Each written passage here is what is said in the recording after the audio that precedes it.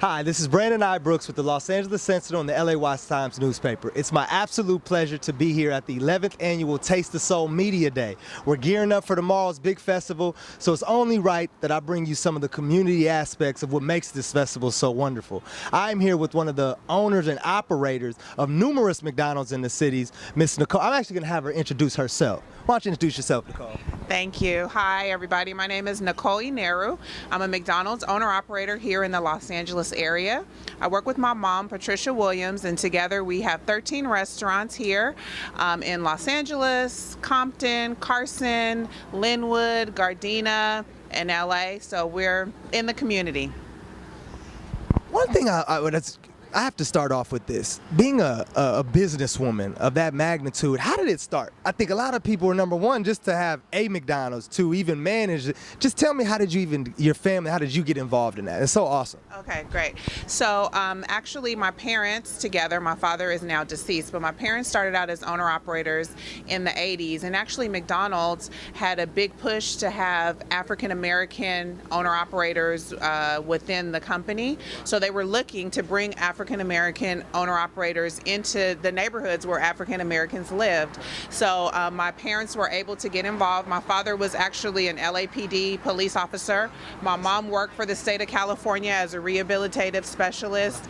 And they decided to quit their jobs and go after this dream. So my parents got into it in the 80s. I have one sister. She and I both went off to college. I got a master's degree. I worked for 10 years in social services. I actually was a social worker. I worked for DCFS here in LA. I worked for the Superior Court here in LA. And one day decided, you know, my mom's been kind of blazing the trail on her own, like, let me give it a try. So I started working with her in 2003, and then I went on to become an owner-operator. It's a very extensive program that you have to go through in McDonald's to become an owner-operator, even if your parents are owner-operators.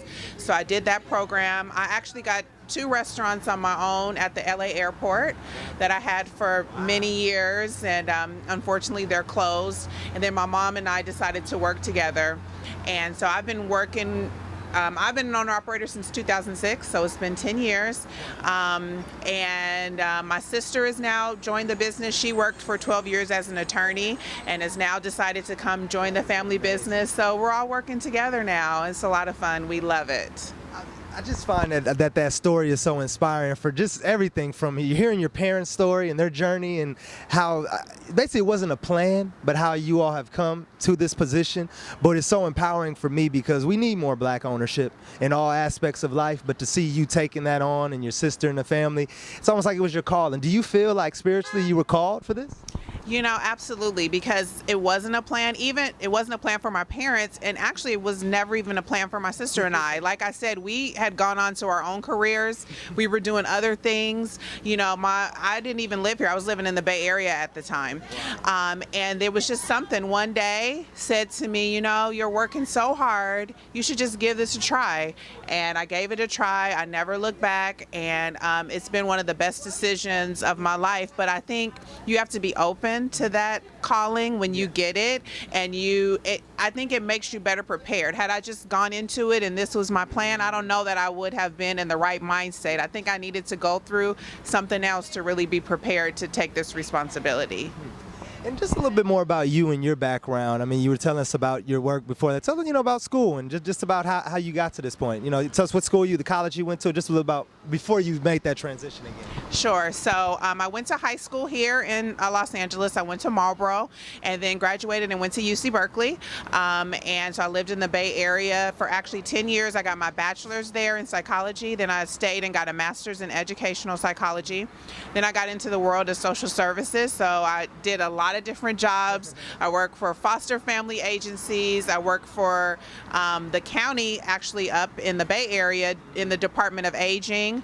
And then when I moved to Los Angeles, I worked for DCFS. I worked as a social worker, and then I also worked in the specialized department of black families, where they were supporting reunification of black families. So I got a chance to work in that unit.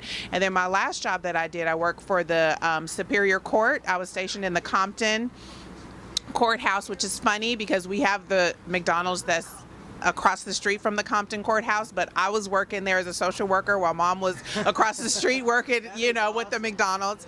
But I worked in the Compton Courthouse, and I was a custody evaluator. So in instances where parents could not kind of come to terms with custody, then I would make suggestions to the court. And like what you said about kind of, having a calling, I'm able to take all of those things and bring it into the restaurant, right? As I'm dealing with my crew and dealing with people, that's really the biggest part of my job, is working with people. So it's very helpful.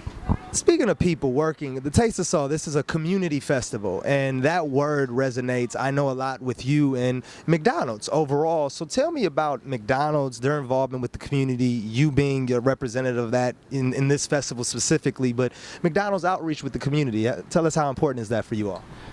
It's one of the most important things that we focus on. As African American operators, I'm a member of the National Black McDonald's Operators Association, and our focus and our kind of hashtag, or our kind of theme, is 365 Black. So 365 days a week, we're working in the community. So you can go to hashtag 365 Black, and that's where we are. And we really focus on being involved in our local community, and then we work on the national community. So we at Taste of Soul, we have a program through our national national marketing program, which is called Inspiration Gospel Celebration. And so this is something that we've been doing for many years, celebrating gospel music and the love of gospel music in the African American community. And we had the great opportunity, we're so honored and privileged to be able to join forces with Taste of Soul and bring that program to the Taste of Soul. So we're really excited to participate. In addition to that, on a local level, we're always involved. We do McTeachers Nights, local fundraising for churches and schools. Personally, in our organization, something that's very important to us is the Ronald McDonald House Charities. Okay. So for the actually the past 9 years, our organization has taken it as a personal challenge to raise money for our local LA Ronald McDonald House. So we've actually been the highest fundraising owner-operator organization here. And we have a lot of fun. We take our managers up to Ronald McDonald House to show them why it's so important, and it's something that we're really committed to. So I think all of us as an organization are interested in making sure we're giving back to the community, because not only are they our customers, these are our employees, these are the families that live in the neighborhood, and we want to make sure that we're giving back to the people that are giving to us. Wow. No, and I appreciate this time. Thank you for taking the time with us, because it's really good to put a face with where we're eating. We all know we like the McDonald's breakfasts and all the stuff that comes along with McDonald's, but seriously, to see you behind it, and as a black man, and for black press to see a black woman, running 13, McDonald's, is it just locally? Is it in Los Angeles, excuse me? Locally, yes. Mom and I are just locally. We're in Compton, Carson, Linwood, Gardena, and LA. Wow. Okay, and going back to the Taste of Soul, this is, if I'm correct, I think the second or third year the McDonald's Inspiration Tour? Second year at the Taste of Soul, correct. And I just want to say it has turned out to be one of the better collaborations we've had. I've been part of Taste of Soul since year one, and it's our 11th annual, but it's amazing to see the response to, black folk, we love our gospel. Let's not front around. We love our gospel music, but seriously, the fact that you all come, and I'm not sure if you closed the tour here or not, but the fact that this has become part of like the McDonald's Gospel Inspiration Tour is just really exciting, and I know we get such a great response from the community. So for you all to do this, I want to say thank you. But I'm looking forward to it tomorrow, and I know the people literally might be setting up right now at night, so we're looking forward to it. And just before I let you go, what are some of the things that you look forward to at Taste of Soul when you come out?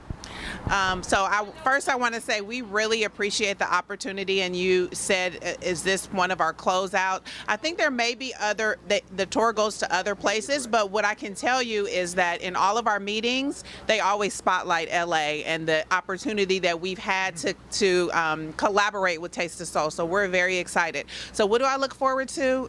The food, because I love to eat. McDonald's, of course, but I love to, be able to taste all the things. The taste, exactly. The food, the people. I love that we can get together as a community, and there's no violence. There's nothing negative going on. We're just celebrating each other and our community, and it's always a great time. And just if they want more information, specifically of your location, if there's anywhere that they can go, maybe for McDonald's, that you just suggest that the public go to get more information on McDonald's, community events, or anything? Yes, so you can always go to McDonald's.com and then look up what particular location you're interested in, and it has all the information there. Okay.